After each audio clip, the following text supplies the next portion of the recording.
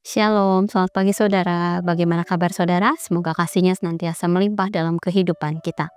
Saudara, pagi hari ini kita akan kembali merenungkan firman Tuhan dalam Keluaran 5 ayat 1-4 dengan judul Kesediaan untuk Dibentuk Allah. Saya akan bacakan bagian perikop firman Tuhan bagi kita semua. Demikian firman Tuhan. Kemudian Musa dan Harun pergi menghadap Firaun, lalu berkata kepadanya, "Beginilah firman Tuhan, Allah Israel, biarkanlah umatku pergi untuk mengadakan perayaan bagiku di padang gurun." Tetapi Firaun berkata, "Siapakah Tuhan itu yang harus kudengarkan firman-Nya untuk membiarkan orang Israel pergi? Aku tidak kenal Tuhan itu dan aku juga tidak akan membiarkan orang Israel pergi." Lalu kata mereka, "Allah orang Ibrani telah menjumpai kami. Izinkanlah kiranya kami pergi ke padang gurun 3 hari perjalanan jauhnya untuk mempersembahkan kurban kepada Tuhan Allah kami, supaya ia jangan mendatangkan sampar atau pedang." Tetapi Raja Mesir berkata kepada mereka, "Musa dan Harun, mengapakah kamu membuat bangsa itu melalaikan pekerjaannya? Pergilah melakukan pekerjaanmu." Saudara, dalam pasal 5 ayat 1-4 ini kita dapat melihat bahwa Musa dan Harun menghadap Firaun. Mereka meminta agar Firaun mengizinkan bangsa Israel untuk beribadah kepada Allah Israel. Raja Firaun menolak permintaan tersebut dengan menyatakan bahwa dia tidak mengenal Tuhan yang dimaksudkan Musa dan Harun. Merespons hal ini, Musa dan Harun memperkenalkan Tuhan yang mereka sembah dengan sebutan Allah Ibrani, sehingga membedakannya dengan dewa-dewa sembahan Mesir. Namun Raja Firaun menolak permintaan mereka dan meminta Musa dan Harun untuk kembali bekerja. Saudara, ada satu hal yang menarik dari bagian awal kisah ini, yaitu Musa, seorang penakut, mulai menunjukkan keberaniannya untuk berbicara kepada Firaun. Jika kita mengingat kembali dalam kisah-kisah sebelumnya, yaitu Musa lari ke tanah Midian setelah membunuh seorang Mesir dan menyembunyikannya, hal ini dapat kita lihat di dalam Keluaran 2 ayat 11-22.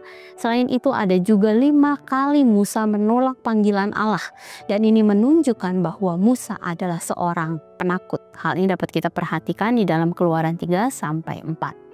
Allah kemudian menumbuhkan iman Musa melalui berbagai pengalaman mukjizat spektakuler seperti tongkat yang berubah menjadi ular serta tangan kusta yang sembuh dari menjadi seperti sedia kala lagi, dan hal ini dapat kita lihat di dalam Keluaran 4 ayat 4-6.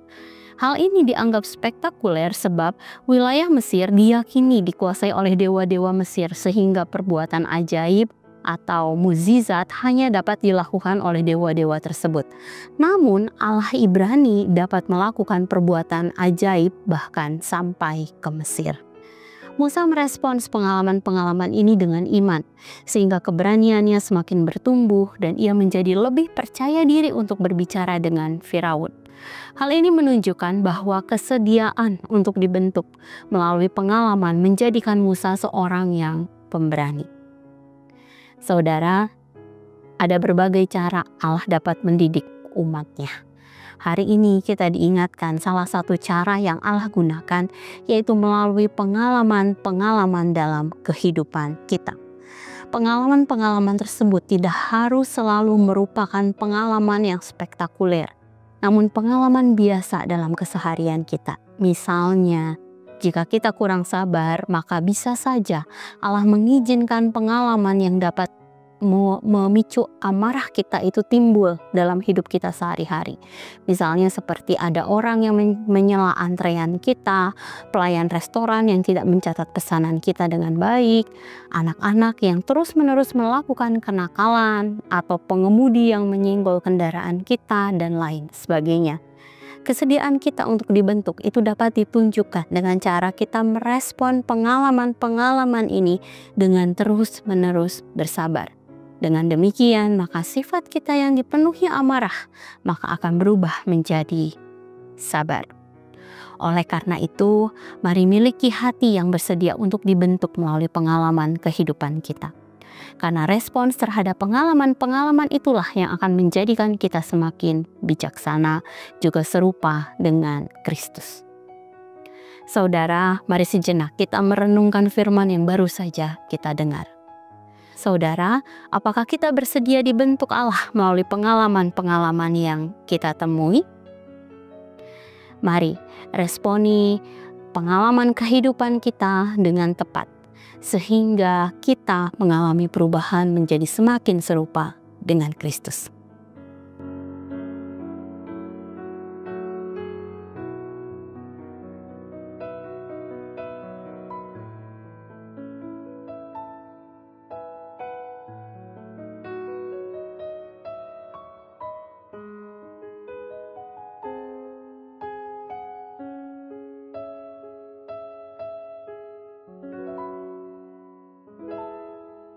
Demikian firman Tuhan hari ini. Mari kita berdoa. Langsung kami mengucap syukur.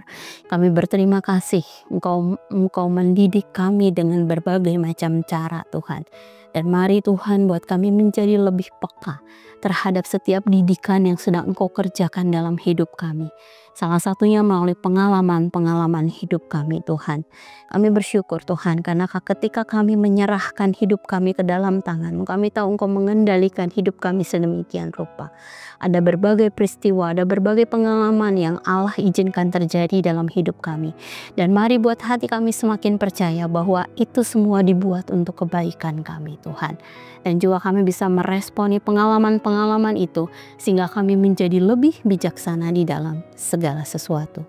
Kami bersyukur Tuhan karena kami punya Allah seperti Engkau, Allah yang selalu ada dan tidak pernah meninggalkan kami. Dan hari ini juga kami mau bertumbuh di dalam pengalaman-pengalaman baru bersama-sama dengan Engkau.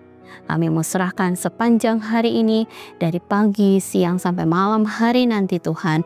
Kami percaya Allah akan menolong kami di dalam segala sesuatu yang kami kerjakan. Terima kasih Tuhan, dalam nama-Mu Tuhan Yesus kami berdoa, kami mengucap syukur. Haleluya, amin. Selamat pagi saudara, selamat menjalani hari bersama dengan Tuhan. Tuhan Yesus memberkati.